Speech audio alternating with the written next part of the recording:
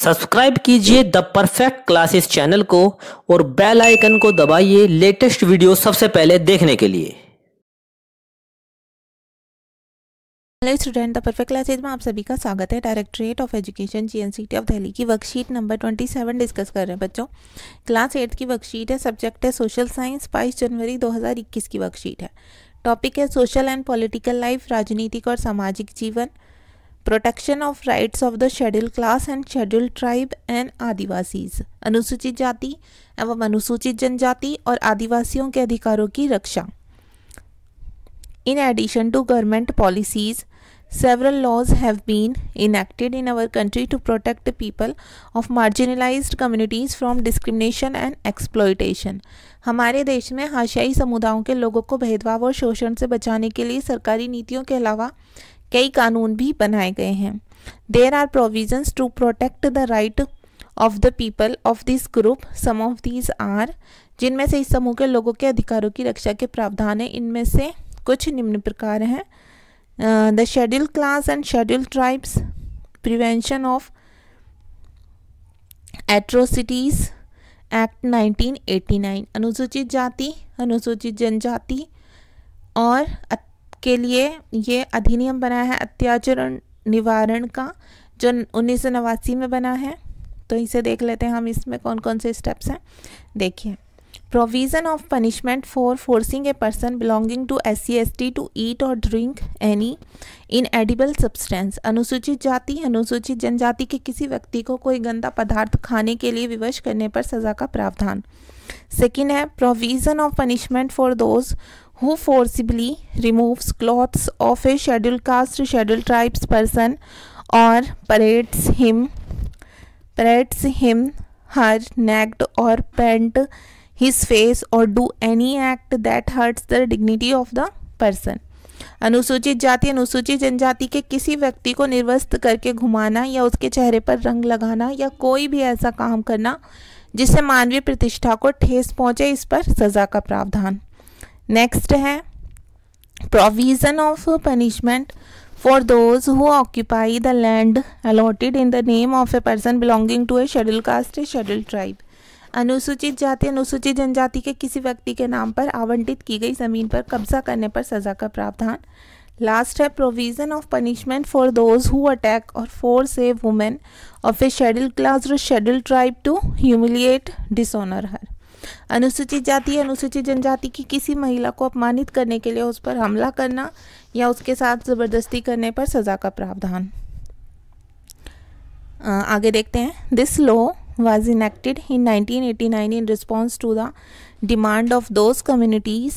This law lists different form of physically frightening and morally reprehensible insult. ये कानून 1989 में ये कानून इन समुदायों की मांगों के जवाब में बनाया गया था। इस कानून में शारीरिक रूप से खौफनाक और नैतिक रूप से निंदनीय अपमानों के स्वरूपों में फर्क कर सूची दी गई है।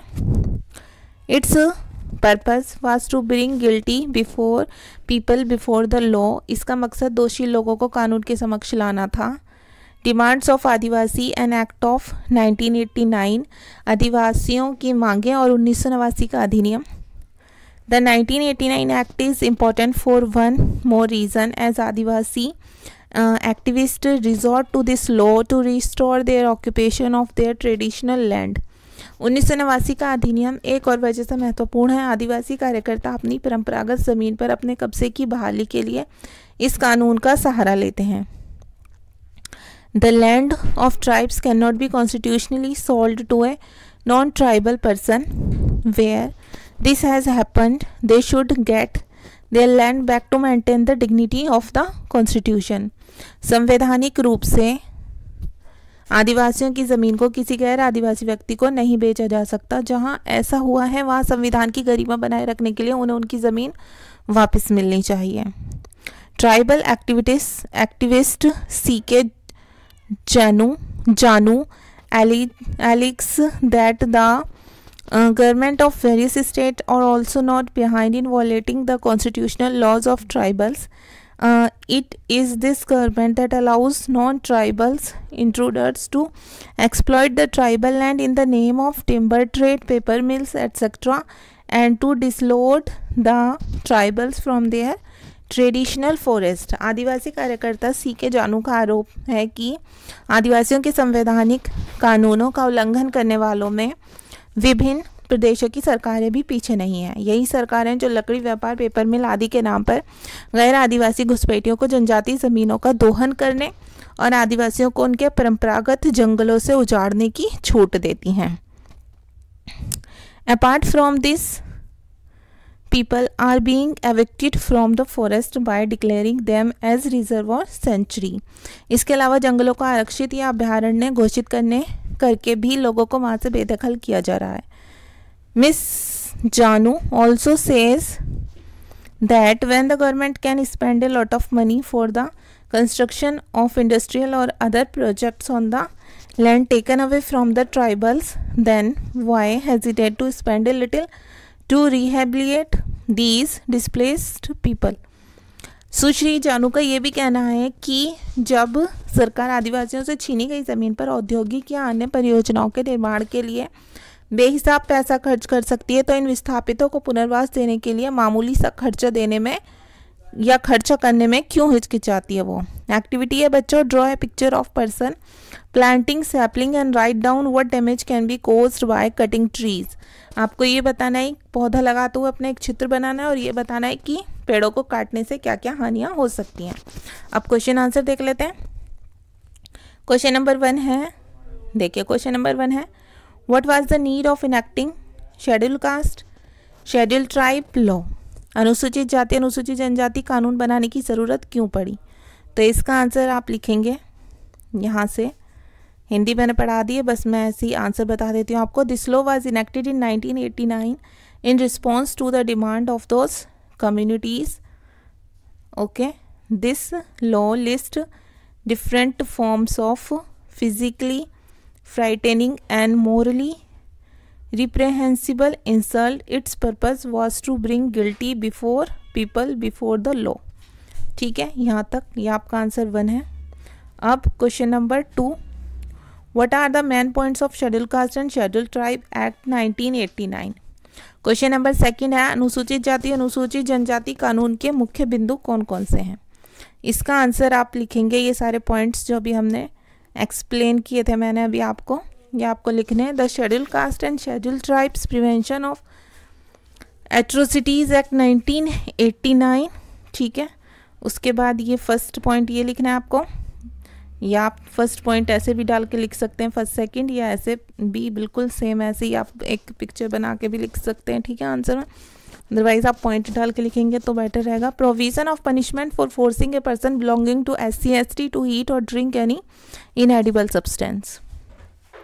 सेकेंड पॉइंट डाल के लिखेंगे, provision of punishment for those who forcibly removes cloth of a schedule caste schedule tribes person or parrots him her neck or paint his face or do any act that hurts the dignity of the person। Third point डाल के लिखेंगे, provision of punishment for those who occupy the land allotted in the name of a person belonging to a scheduled caste, a scheduled tribes। और fourth point डालकर लिखेंगे आप, fourth point डालकर लिख देंगे, provision of punishment for those who attack or force a women of a schedule caste or schedule tribes to humiliate dishonour हर।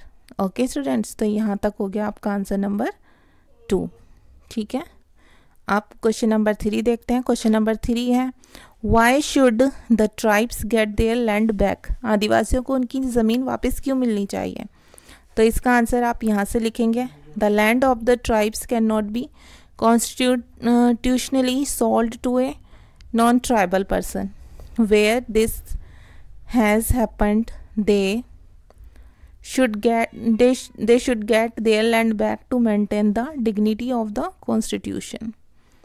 ठीक है, अब क्वेश्चन नंबर 4 देख लीजिए।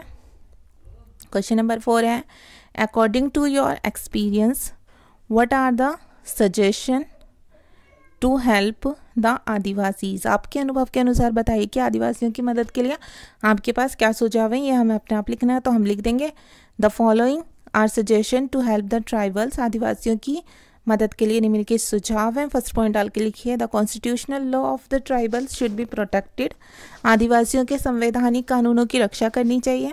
सेकेंड पॉइंट लिखेंगे बच्चों, infiltration of the non tribals into traditional forest of tribals should be band, आदिवासियों के परंपरागत जंगल में गैर आदिवासियों की घुसपैठ पर रोक लगानी चाहिए। थर्ड पॉइंट डाल कर लिखेंगे, for the industrial and other projects the tribal should get fair compensation in exchange for the land taken by the government, औद्योगिक व अन्य परियोजनाओं के अनुसार सरकार द्वारा ली जाने वाली ज़मीन के बदले आदिवासियों को उचित मुआवजा मिलना चाहिए।